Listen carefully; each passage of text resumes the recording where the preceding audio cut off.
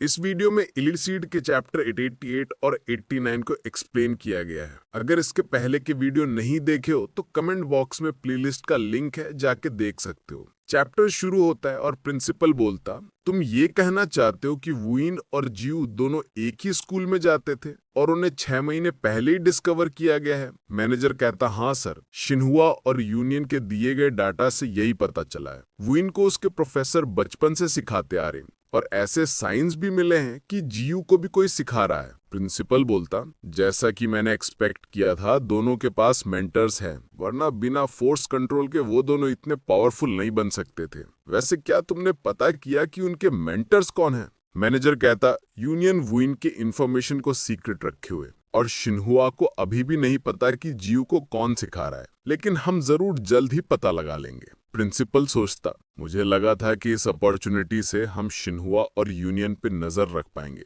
लेकिन इनके अनएफिलिएटेड ने तो कमाल कर दिखाया है। वैसे जियू ने जिस इलेक्ट्रिसिटी का इस्तेमाल किया वो काफी यूनिक थी। पता नहीं मुझे ये केडन की याद क्यों दिला रहा है। सीन शिफ्ट होता है और केडन बोलता, ओह लगता है तू उठ गया, क्या तू अब ठीक महसूस कर रहा? जियू कहता, हाँ अभी भी दर्द हो रहा है पर पहले से बेहतर हूँ। केडन बोलता, तू 3 दिन से सो रहा है। जियू हैरान होते पूछता, क्या 3 दिन से? केडन बोलता, इतना सरप्राइज होने की जरूरत नहीं, ये काफी कॉमन है। जब अवेकेंड वन अपनी पूरी एनर्जी इस्तेमाल कर लेते हैं तो ऐसा ही होता है। वैसे तूने काफी अच्छा परफॉर्म किया। जियू कहता, ओह तो आपने मेरी फाइट देखी? सच बोलूं तो मुझे लगा नहीं था कि मैं उसकी पावर से बाहर निकलकर उसको डिफीट कर पाऊंगा। केडन बोलता, मुझे भी इसकी उम्मीद नहीं थी, तूने ये काफी जल्दी परफॉर्म कर लिया। जियू बोलता, वो इसलिए क्योंकि आपने सिखाया था। केडन बोलता, और नहीं तो मैं द ग्रेट केडन ने तुझे सिखाया था तो तेरे लिए तो ये आसान होना ही था।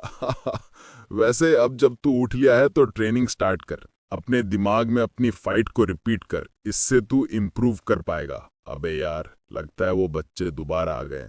जब से तू सो रहा है तब से वो लोग इतने टाइम रोज आते हैं। तभी बाहर उसके दोस्त बोलते हैं, क्या जियो अभी भी नहीं उठा? 3 दिन हो गए। इंस्ट्रक्टर ने बोला तो है कि अवेकेंड वन गहरी नींद में चले जाते हैं। तभी जियो गेट खोलता है तो जियो उसको हग कर लेती है।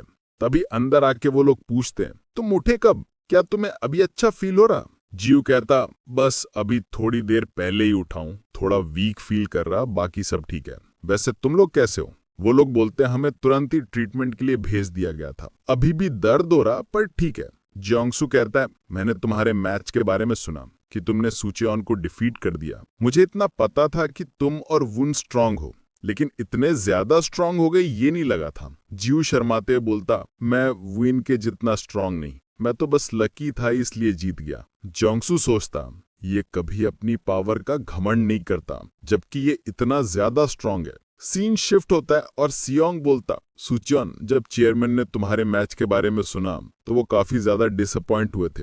सुचेन बोलता, क्या मेरे फादर डिसअपॉइंट है? सियोंग कहता, स्ट्रांग बनो, तुम्हारे फादर बस इतना ही चाहते हैं। सीन शिफ्ट होता है और सुचेओन कैफेटेरिया में आ जाता है। फिर सोचता, वो कमीना अभी तक अपनी पावर नहीं दिखा रहा था, लेकिन इतनी ज्यादा पावर के साथ वो अनएफिलिएटेड कैसे है? तभी वहां जीसक आके पूछता, क्या तू ठीक है? मैंने भी जियू से पंच खाया था और कसम से इतना ज्यादा दर्द हुआ था कि मैं बता भी नहीं सकता।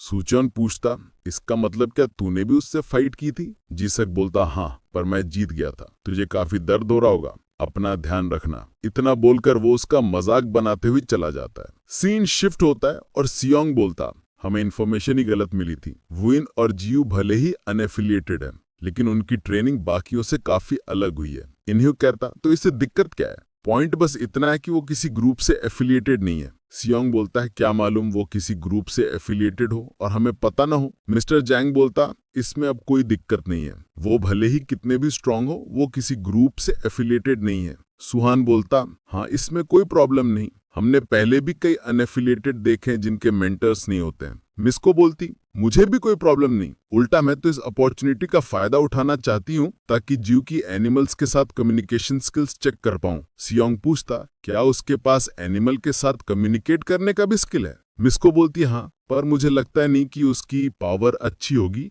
पर मैं फिर भी देखना चाहती हूँ कि ये कितना अच्छा है। सीन शिफ्ट होता है और मिस्टर जैंग पूछता, तुम अब कैसा फील कर रहे हो? जियू बोलता, मैं लगभग पूरी तरह से ठीक हो ही गया हूँ। हिन्ह्यू कहता, तुमने सुचियोन को डिफीट कर दिया। ये देखकर तो सब हैरान रह गए। बाकी टीचर्स तो अभी भी कंफ्यूज है कि ये कैसे हो सकता है। जियो बोलता, वो इसीलिए क्योंकि मैं बस लकी था। इनह्यूक कहता, लक भी एक स्किल है। मिस्टर पूछता, मैंने सोचा था कि तुम अपनी इलेक्ट्रिक पावर का इस्तेमाल शुरू से करोगे, लेकिन लास्ट में इस्तेमाल करके अच्छा काम किया। हम यहाँ बस तुम्हें देखने आए थे, पर मैं तुम्हें कुछ बताना चाहता हूँ। अब से अनएफिलिएटेड स्टूडेंट्स को अभी इक्वल एजुकेशन मिलेगी। ये सुन के जियो खुश हो जाता है। मिस्टर जैंग कहता, प्रिंसिपल ने परमिशन दे दी है, इसको कुछ दिन बाद स्टार्ट कर दिया जाएगा। इससे अनएफिलिएटेड को पहले जैसा देखा जाता था वो तो नहीं बदलेगा, लेकिन उनको बराबर ट्रीटमेंट मिलेगी।